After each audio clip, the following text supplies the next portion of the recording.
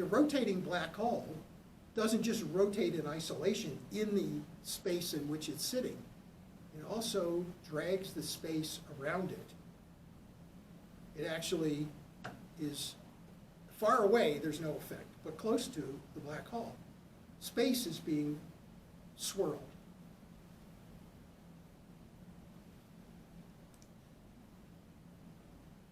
Notice that this is a cartoon. It's hard to visualize this without a lot of information ahead of time. But what this is showing is your experience if you fell into a black hole that's rotating and has some electric charge. And this is a way to show your pathway, and it shows that you have an infinitely long experience constantly seeing your past and your future.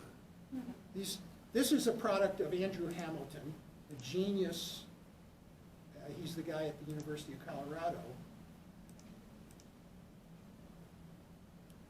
This is one of his products.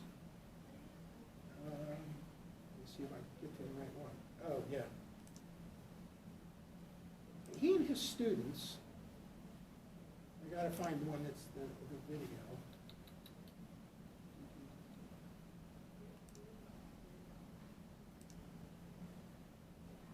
Yeah. What's going on? Oh, here it is. He and his students, let's get this made big. Oh, what I'm trying to do is make this bigger. It worked on my computer. Well, we'll let that go. This is kind of what you would see light-wise falling into a rotating charged black hole. All kinds of things happening. But here's what's interesting about what Andrew Hamilton does. He's a gravitational physicist. He had a sabbatical from the university, I think, in 2002, and the Museum of Nature and Science here in Denver picked him up for 2 years to develop animations like this. So he and his students developed these animations. These are not cartoons. Everything you're seeing here is based on the physics of light traveling in a distorted universe near a black hole.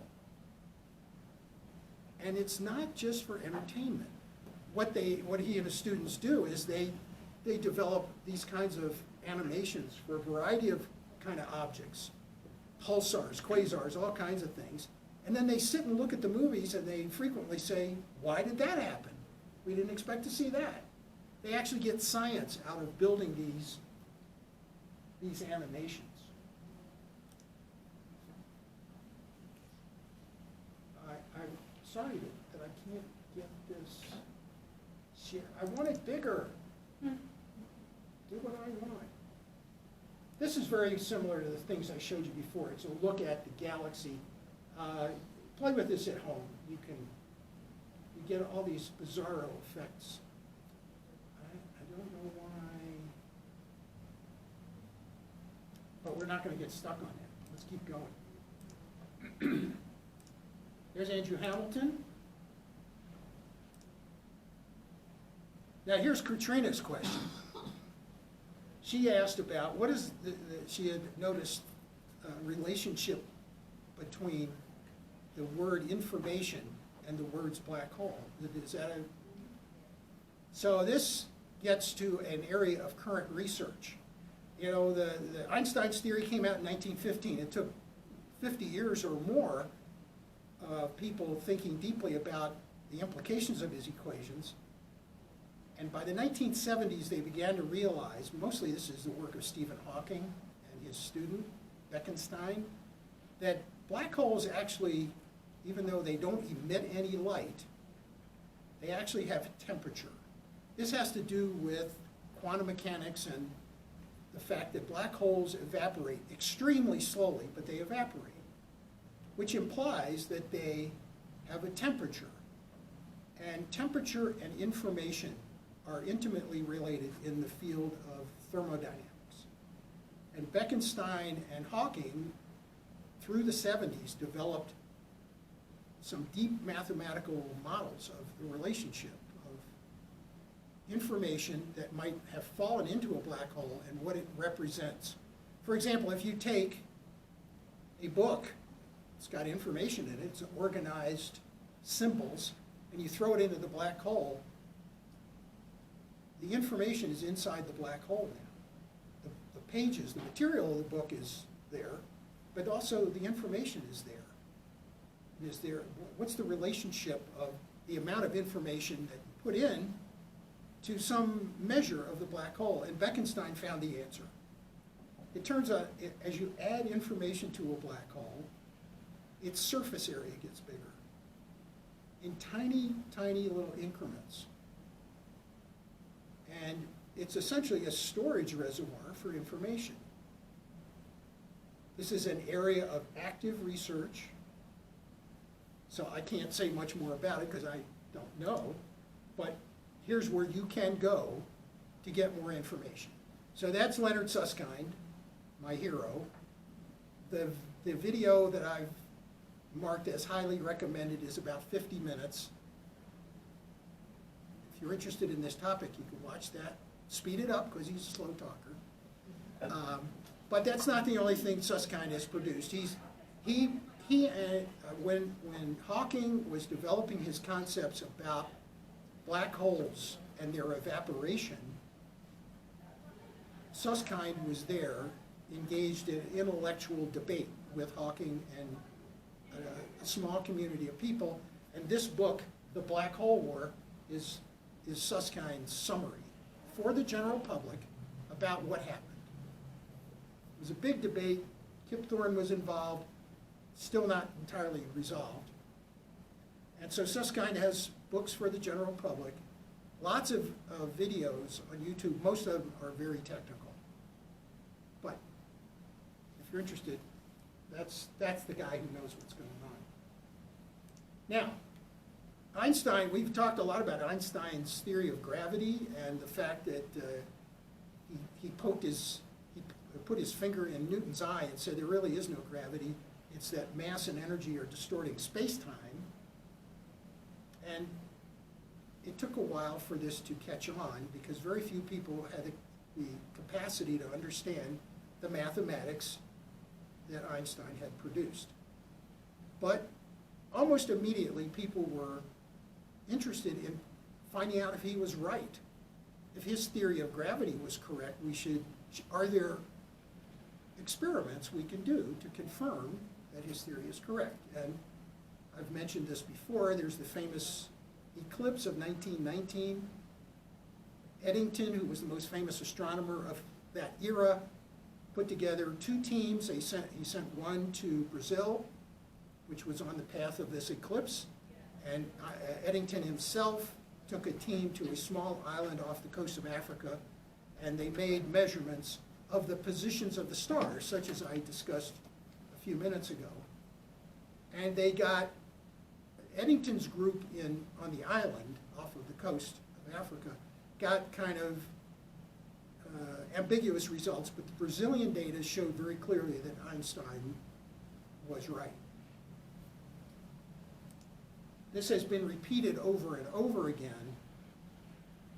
These expeditions in today's dollars probably cost millions of dollars. You take 20 people on a 3-month trip and lots of specialized equipment. I have a photograph in another lecture of a guy who used the eclipse of 2017.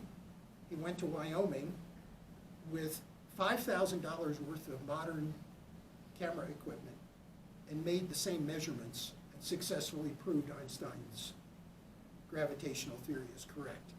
So things have really come into the realm of the everyday these days. But there was big news at the time when the results first came out. This is a cover page from one of the New York newspapers.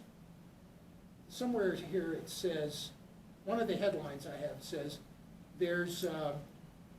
Einstein's theory is proven correct, but there's no practical application for any of it, because they didn't know about and could not have anticipated GPS, which depends, and many other things.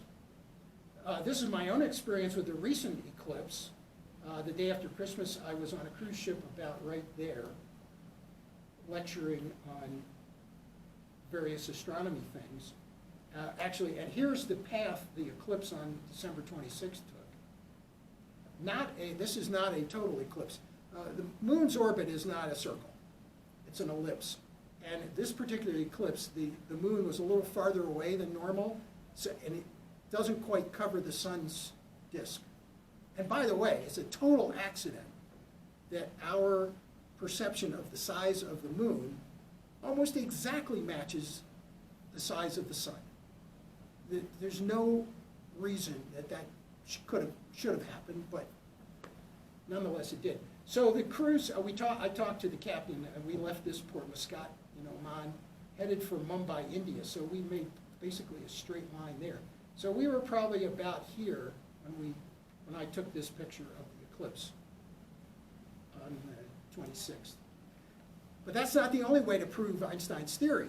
Mercury, like all planets, has an orbit that doesn't quite close. You know, we always, like when I showed you the stars moving around the black hole in the center of our galaxy, it looks like those orbits repeat, but they don't. There are other effects going on, so the orbit actually precesses. So if you start here, it kind of winds around, making a spiral thing. The rate at which that spiral forms had been measured very accurately by the 1880s. And the astronomers who were aware of Newton's law of physics, the law of gravity, had calculated how much the orbit of Mercury should be rotating. And they get almost exactly what is measured, but not quite. And Einstein's first big achievement, once he got his theory cleaned up and removed all the little mistakes, he calculated the precession of Mercury's orbit. And he got exactly the right answer. And there's a quote here, I think. Yes, he said, "For a few days I was beside myself with excitement." He was the only one in the universe who really understood what gravity is doing. That was a great achievement. And this is in Kip Thorne's book, The Science of Interstellar, referring to the movie that some of you may have seen. Here's a really extraordinary technology that proves what we know about gravity and the flow of time. This is a picture of an atomic clock. I think this one's in Germany. We also locally, in Boulder, we have NIST, the Institutes for Standards and Technology, is a world leader in clock standards. Their clocks are so accurate now. I'll show you what the experiment is. My cell phone is about 1 centimeter thick. If you take two atomic clocks, imagine I have two atomic clocks, this is one and there's another one here. Put two atomic clocks next to each other and hook them together so you can see the difference in the rate at which time is progressing in this environment. By the way, you'll be using a clock that has a drift rate of 1 second every 200 million years. That's the technology now.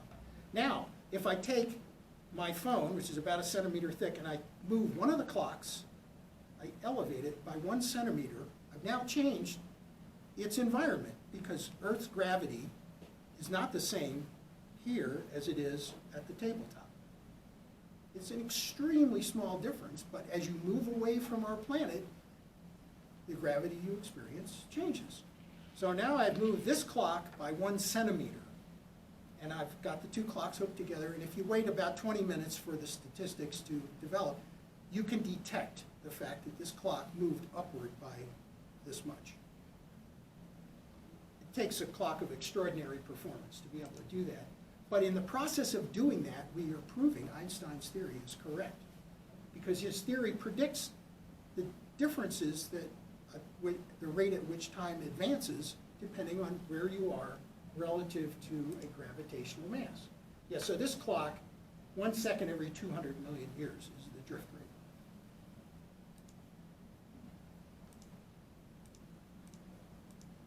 Here's another example.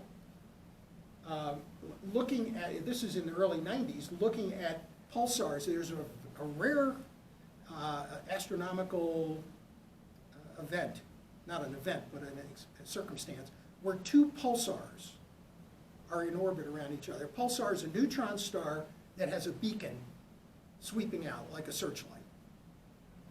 And Hulse-Taylor found a pair of pulsars orbiting each other, and because they're relatively close together, there's some mass flowing from one of the objects to the other.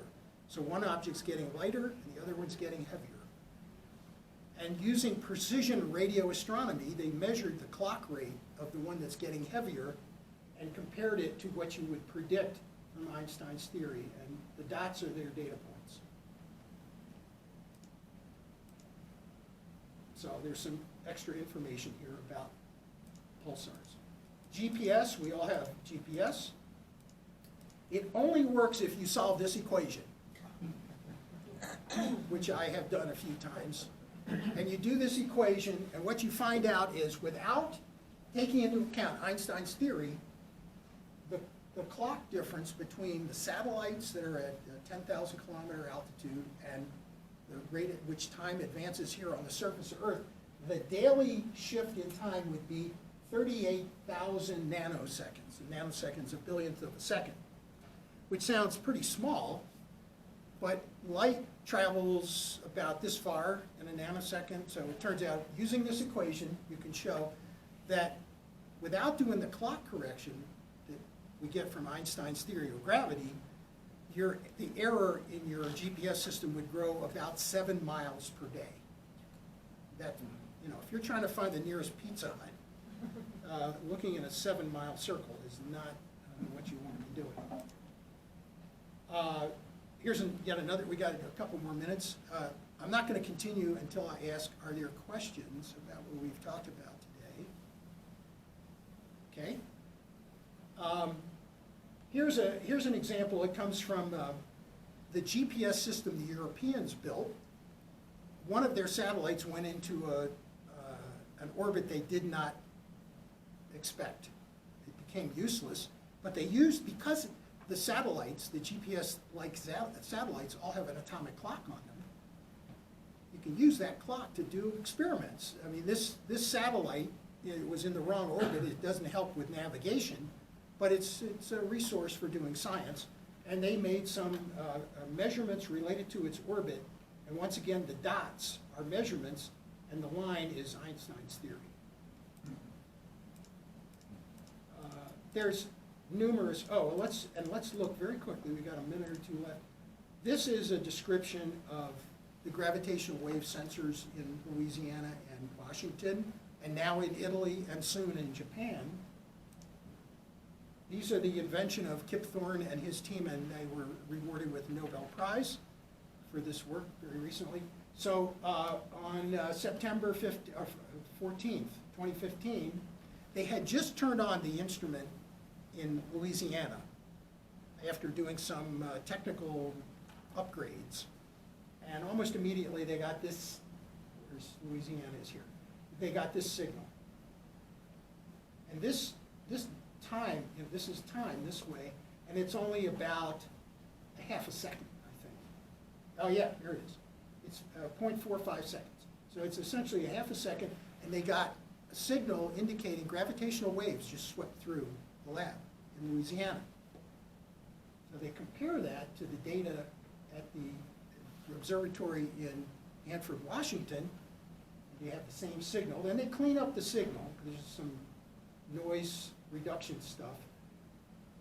And if you look online, you can hear what this would have sounded like. If a nearby gravitational event occurs, we will hear it. Part of it is in the acoustic spectrum of humans. So you hear something right here. That's what this picture is. You hear something like this. Whoop! And it only lasts a half a second. But they got confirmation from 2 different locations. So we know this signal did not come from, a truck backfiring in downtown New Orleans. These things, these instruments are so fantastically sensitive. They notice, here's a picture of the one in Louisiana. They can measure changes in the shape of space-time on a scale of a tiny fraction of the size of a proton. This is extraordinary technology. It's getting better all the time. They keep making upgrades. And here's what this signal came from. 2 black holes in an orbit, sharing orbital energy and gradually getting closer together, and then merging. Here's the merger. And that's the instant in which we get gravitational waves. Very small gravitational waves from this, and none from the final event. The final product of the merger is a single black hole of almost twice this. So I'll give you some numbers. In this merger, we can extract from the height of these pulses and the separation what the mass of the 2 objects were. And we had one about 32 solar masses and one 29 solar masses. So in round numbers, we had 60 solar masses orbiting, and they merged, and the resulting black hole has 57 solar masses. So the energy of 3 suns of MC squared went away, and those are the gravitational waves. And this happened 1 billion years ago or something, and we've been waiting and waiting and waiting, and they just go out as signals through the universe. And during that time, the universe has expanded some, and eventually hit our sensor. And this is happening on a regular basis now. Are these waves traveling at the speed of light? They are, and we know this because of something unique. This event, this black hole event, does not reveal the speed. We just know, hey, something happened. But later, see, this is 2020. In late 2018, they detected the merger of 2 neutron stars. So 2 neutron stars orbiting, collapse together, spew out some gravitational waves, but the end product is a visible star. So and by then, we had 3 observatories, including the one in Italy, so you know where the event occurred. So you stare at that spot, and you can tell when light appeared at the end of that merger of 2 neutron stars, that took a certain amount of time, and that light travels at the speed of light. And at the same instant, the gravitational waves arrived. So we now know that gravitational waves, travel at the speed of light. The theory says that, but that measurement had not been done until very recently. This is, for me, kind of nostalgic. That's Joe Weber, who was a professor at the University of Maryland when I was there. And his original idea for how to detect gravitational waves using this giant cylinder of aluminum covered with highly sensitive mechanical sensors. This never really worked, although people have improved his technique. This is over 50 years ago. People have improved his technique, and there's a whole bunch of these now around the world that are able to detect certain kinds of gravitational waves. But the community was not kind to Joe Weber. He was a pioneer trying to develop a technique. Very few people even believed that gravitational waves existed when he was doing this. And he perhaps made a tactical error. He announced that he had detected gravitational waves, and people were quick to realize that no, he detected something. He detected a truck backfiring near the university or something. So his career ended sort of dismally, but he's recognized as a real pioneer in trying to make this stuff happen. Well, we've gone over our time. Oh, well, I got to tell you this. That's me with Neil deGrasse Tyson. So a few years ago, I taught astronomy at a community college down in South Denver. And I'm a very easy grader, so I put extra credit questions that I was sure the students would get right, so they could boost their grade a little bit. And I had made a big deal about the fact that I used to hang out with Tyson, and Tyson was wrote the introduction for the book we used. So his picture had been on the screen in the classroom many times. So on the final exam, I said, "Who is this person?" And I got only one person ventured to tell me who this was. And that person said, It's Lionel Richie.